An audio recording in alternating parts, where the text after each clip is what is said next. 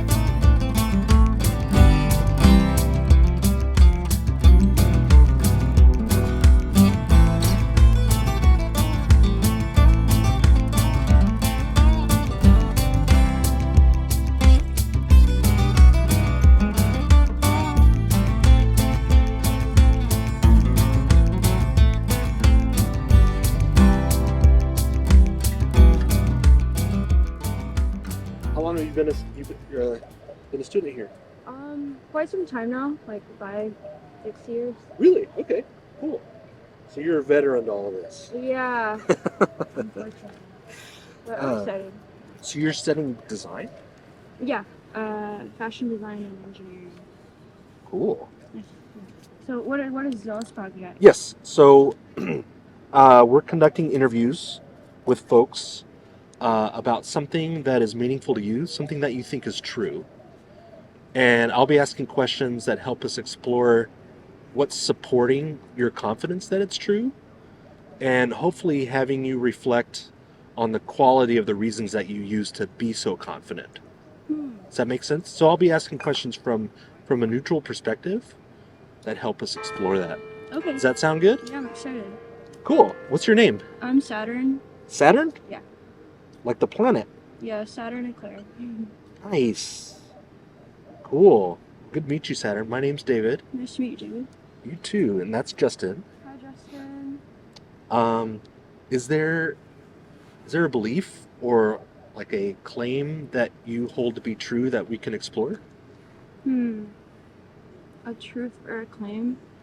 I think one thing that I practice a lot is like Stoicism Stoicism. and this idea of like curating your life or like being really conscious of like where you put yourself into or what kind of experiences you allow yourself to kind of go through, if that Okay. makes sense.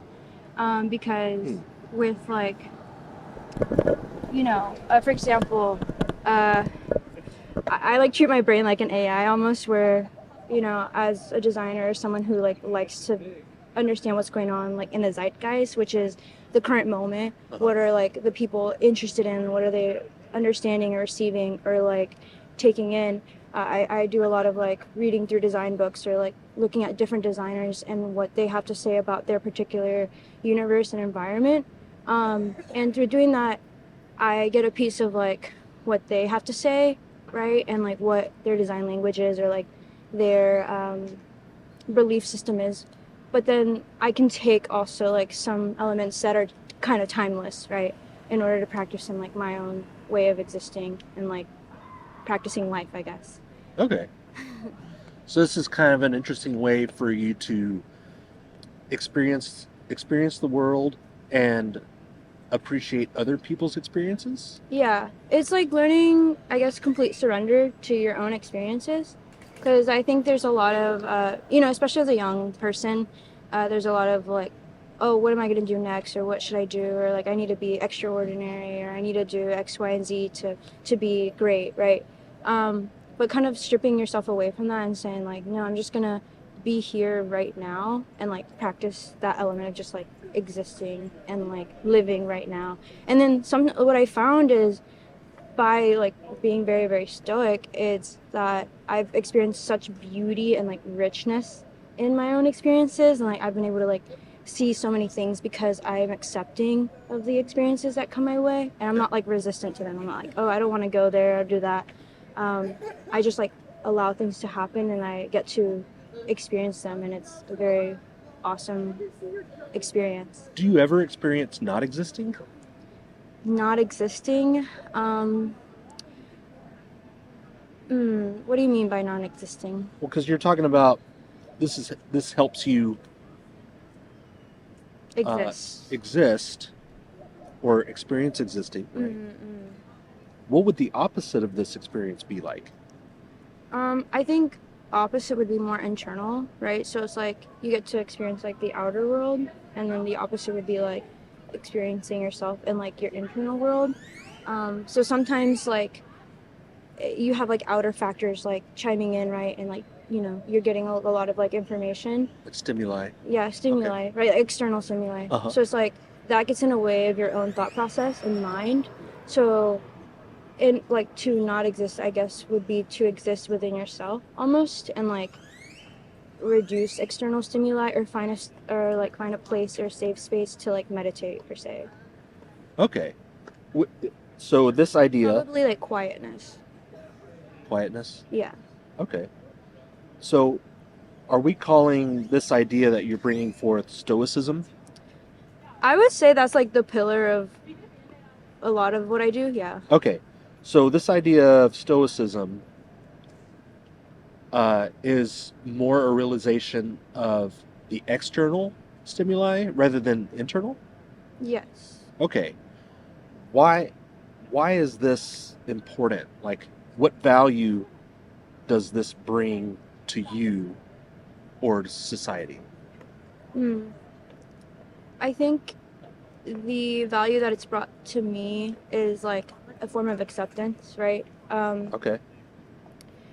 I think personally, like I am very rigid with like definition and ideas, and like I'm very, very picky, I would say.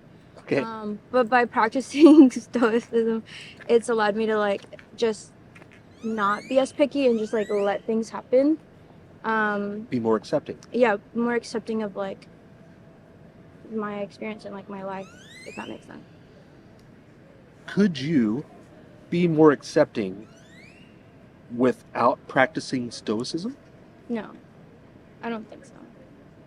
I only became this accepting and like because I chose to be this way, or like because I chose to like say, okay, well, I let go of like prior constraints, and like I allow like my world to shape in front of me. Like I'm not in control of like the world around me, if that makes sense. I am like a person, right? I can only control myself. Then whenever I like jumped that line, I was like, oh, I'm just gonna exist. Like I'm just gonna be here, and I don't need to make sure that everything else around me works. It already works. I just need to make sure that I work. So Okay. it was more like, yeah, like it allowed for both external and internal acceptance. That's a good word. Okay. To put it. Can Stoicism, in your framework of it, include changing the world, like taking steps to change things that you would maybe prefer be different? Or is it only just accepting whatever happens? I think at some point, like, we all have an impact on each other, right? And um, you know, there's always like this talk about like greater purpose and like, oh, you know, what is my purpose? What is my purpose in life?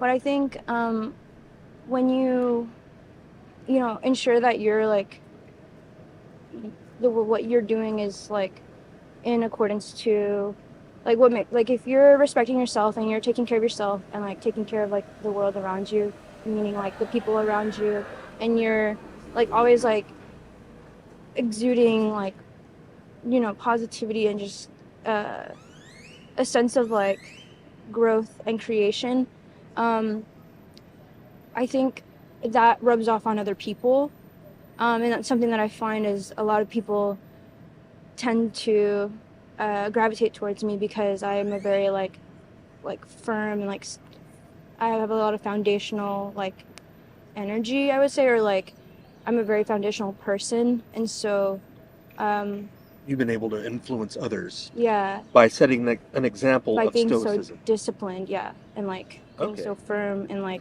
true to self, you know. gotcha. And so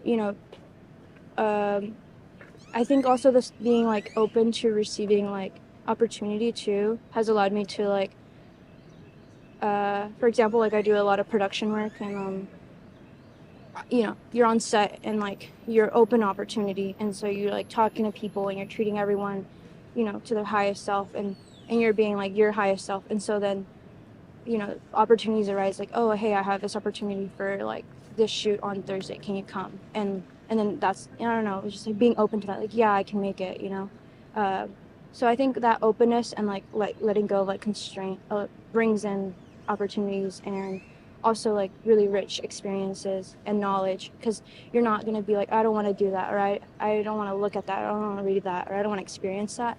But by having an open mind, you're able to like just try different things. And so I feel like I've been given the opportunity to try many cups. And so right now I'm in a phase where I'm kind of like saying, okay, well, I've tasted a lot of cups. Like now, what is it that I actually want to like consistently, drink from, or like what is it that I consistently want to be a part of? And how do you know which is the right cup? I don't think you like know per se, because I think that's always going to be something that you're always like, is this right? Is this wrong? Um, I feel like that requires a lot of like self reflection too. It's like, okay, I've done X, Y, and Z. Like, what do I want to do next? Or like, what aligns? Or what are my constraints? Right? It's like, what are things that I can't change that influence my decisions? So that being your family members, your social class, what languages you know, whether you can travel. So like allowing your constraints to also kind of guide your answers too is actually really helpful, because oh, like I can't go study abroad, like oh, I got rejected from my PhD program, like what now? But it's like, okay, well, now I know that I shouldn't go there. Where can I go? Where should I go? Uh-huh. So it allows you to pivot, like you're just pivoting Okay, so what often. process do you take to choose which path to go? Mm. Um, Process to take a path. I think I don't know. That's a good question. I feel like I always worry, like this year at the beginning of the year I made like a list of things I wanted to do for New Year's. Uh-huh. And Oh, like resolution? yeah, Yeah. resolutions. Yeah, Uh-huh. that's the correct word. And like I think in January I was like, oh, I don't know if I'm gonna do these. Like I don't know if I can or whatever. But they're on the list. And then I think it was like 2 days ago I checked like a couple of them off the list that I wasn't sure about, and I was like, oh wow, like that just happened. I put it on the list, but I didn't really think about it. I figured it would happen along the way. But oh crap, like it happened and it's only April. Cool, So it's like maybe making a list, not being so like, oh, this is going to happen on this exact date all the time, but just saying like, oh, I have a list of things that I want and I want to pursue and I'm interested in. And then like, it's just always there. And so when it does happen, you're like, oh my God, I can check this off. Okay. It happened. Cool. So that's one thing that you can do to help guide your process of achieving your goals. Mhm. Is just having the list there. Yeah. And like it reminds you. A Okay, planner. gotcha. Couple more questions? Yeah, of course. Okay. We talked a little bit earlier about acceptance versus action, taking action. How do you know when or what? How do you decide whether to take action or to just accept? I think acceptance is an action, if that makes sense. And what I mean by that is, so one thing that I did for maybe like the first 3 years of college is like, I was constantly, like, I knew that I had to catch up in terms of, what I knew, who I was around, what it is to be in college, what it is to like build your social network, what it is to have a professional career. Like, there's so many things that I had to catch up in. And so it was important to like be super proactive and super like hardworking and in all those elements of trying to learn them and trying to catch up, if that makes sense.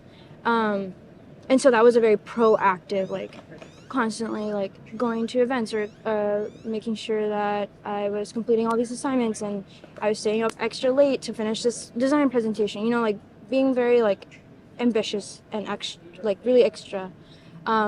But right now, this last semester, I'm like, okay, well, I'm just gonna chill. And it's actually been nicer to just chill. Like a lot of opportunities that I've received, like for production, for example, um, is just like, hey, I thought of you. Can you help me do X, Y, and Z? And it's like, sure. I didn't go asking for that. The work was already done when I showed up beforehand, like previous like social networking events. That like just being there and showing up and saying hi like was enough to be remembered later, and then being like referred to like an opportunity, you know.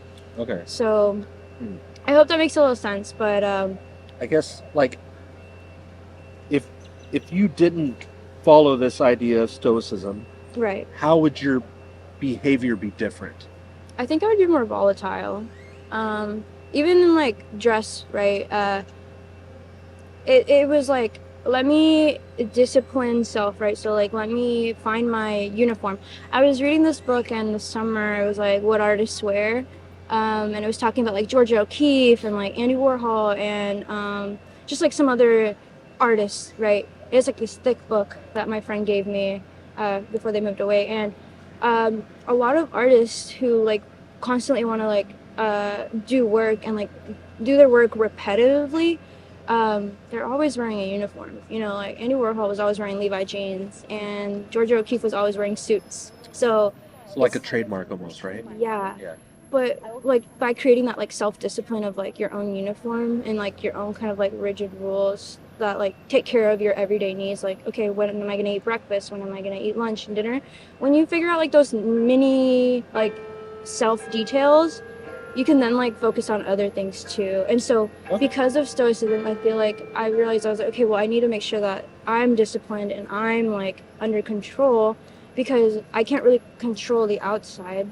And if I'm under control and I'm like secure, right, and myself, then I can then be a proactive member of society and like be in society and like exist accordingly. If I didn't have that, I would be really volatile. I'd be like jumping the fence of like ideologies or like people or self too. Like I would be wearing so many different things and like where I would be uncertain all the time. But because of Stoicism and because of like self-discipline, I'm like, I know who I am, whether I'm talking to you, if I'm at work, if I'm in class, like I'm always gonna be the same person regardless. Like, I mean, of course you're gonna bring something different out of me because we are a reaction of one another, but yeah, like I'm always gonna be inherently myself, if that makes sense. Do you think everyone should practice Stoicism? It works for me. It might not work for someone else. I don't think it's like a one size fits all, but it's definitely something people should consider, especially in like modern day society when we have a saturation of ideas and yeah, like consumerism, if that makes sense. What would cause you to not practice Stoicism anymore? What would have to happen in the world? What would you have to learn for for this to not be To not something do that you do? Yeah. I don't know. I think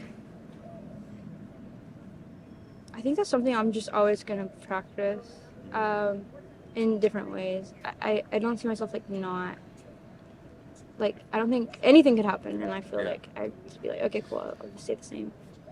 Like if somebody were to say Stoicism is harmful, Mm. what reason do you think that they'd have? Maybe like the self-discipline part, like being too hard on yourself, or like yeah, like I think that could be like the most direct way of like countering it. It's like, oh Part of well, it's acceptance, though, right? right.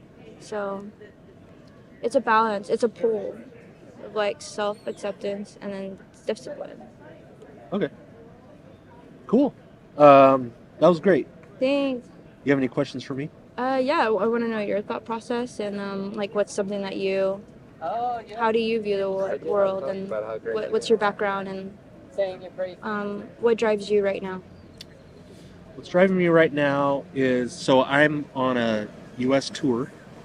I've been on the road for a little over a year now, stopping in different communities, um, having these conversations with people, um, because I think that if people had a better grasp on how they arrived at conclusions and what's supporting their beliefs, they would likely make better decisions, which affect their behavior, which affects the rest of us. I think that there's a lot of people walking around with beliefs that they don't know why they believe it. And so I'm trying to raise the level of critical thinking in our communities because it affects the rest of us, like how you vote, the behavior that you have towards others. So that's kind of what's driving me right now. Um, like I think having a good grasp on when to accept and when to take action, knowing when to do that, I think is very helpful. Yeah. So, would I be a Stoic? Maybe, yeah. Most likely. I mean, you took a jump, right? Like you followed your intuition and you were like, I'm gonna do this because I need to do this. Yeah. And you followed it, and so you took action. Like it was there, the thought was there, but it was up to you to decide whether to act on it or not act on it, and you acted on it. Well, what if I were to say, I can't really change what people think.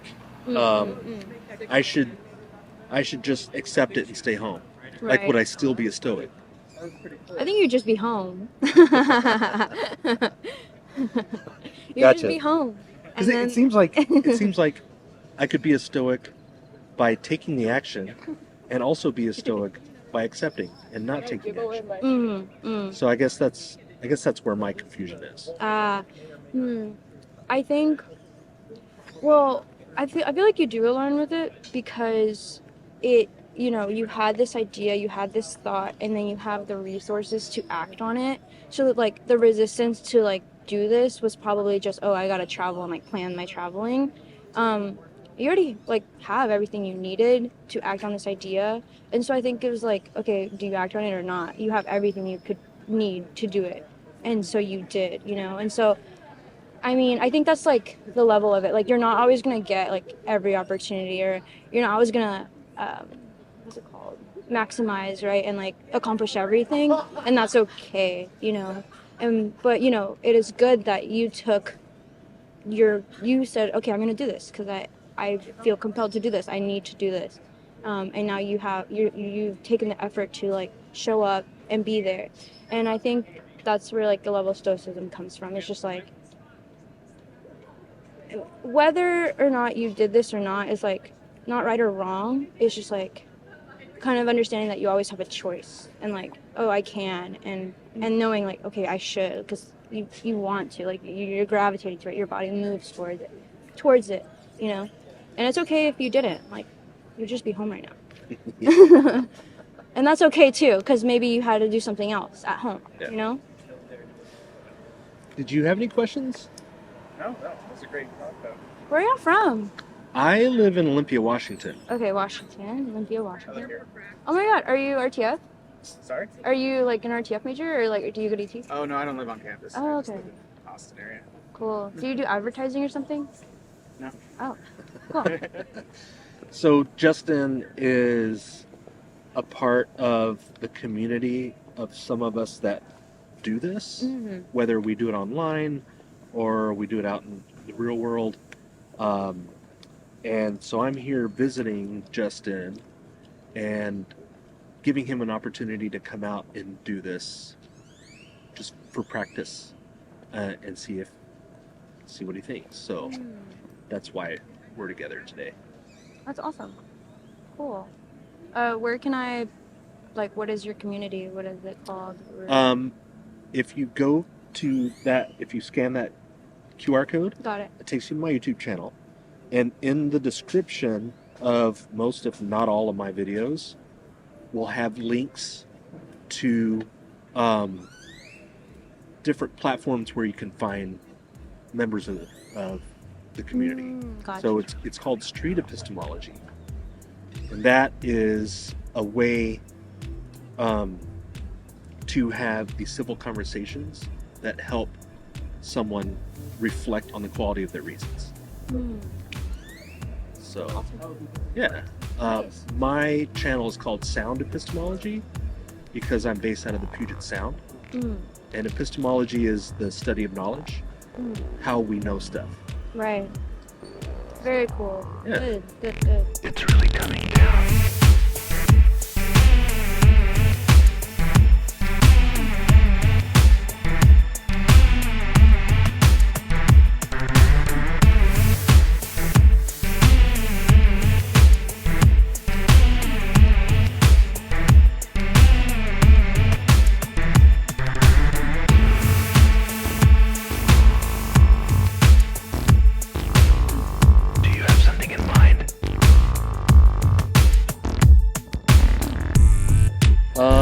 Do you want a gift? I have like these little puzzle pieces that I try to remember to give out. Just as like a reminder of the conversation, and it's kind of an incentive to have another conversation. So like you get one of these today, and if you have another conversation, like if you're out here and maybe Justin's out here, you have another conversation, earn another color. So you can build out the whole set. So you're welcome to take one of these today if you want. Take yellow. Cool. Nice. Well, thank you. was This great. was fun. I always love like a good kiki is what we call it. A conversation. Kiki? Yeah. Okay. Is that what the kids are calling conversations these days? Yeah. Okay. You've heard of kiki, right? No, That's good to know. It's like conversation, like a good kiki. Okay. I've never heard of that. Is that recent? Yeah. Okay. We'll have to put that on the whiteboard. Like Oh yeah, that's a good idea. Maybe they'll. Yeah. K-I-K-I or K-E-K-E. K-E-K. Okay. Yeah. All right. Okay, well thank y'all. I'm gonna go study now. Yeah. Sounds like a plan. Good luck with the rest of your college stuff. I know, I need it. You seem very creative, so. I know, yeah. I'm trying to be forever. We'll see. Take care. Thank you. See ya. Hey, Hey. Yeah. You want to do one? I would love to. Cool. Sweet. Do you want to do this? Yeah. Sweet. I'm gonna reset everything. What's this for? For YouTube channel. Oh, sweet. Yeah. I'll have you sit here facing that way. Perfect. I'll let you take over. You might have to dry it. I might have something you can dry it off with. How's your day going? It's going really well. How's yours? Pretty good. I'm Dustin. Nice to meet you. Varun. Varun? Yes. I'm David. Nice to meet you. Good to meet you.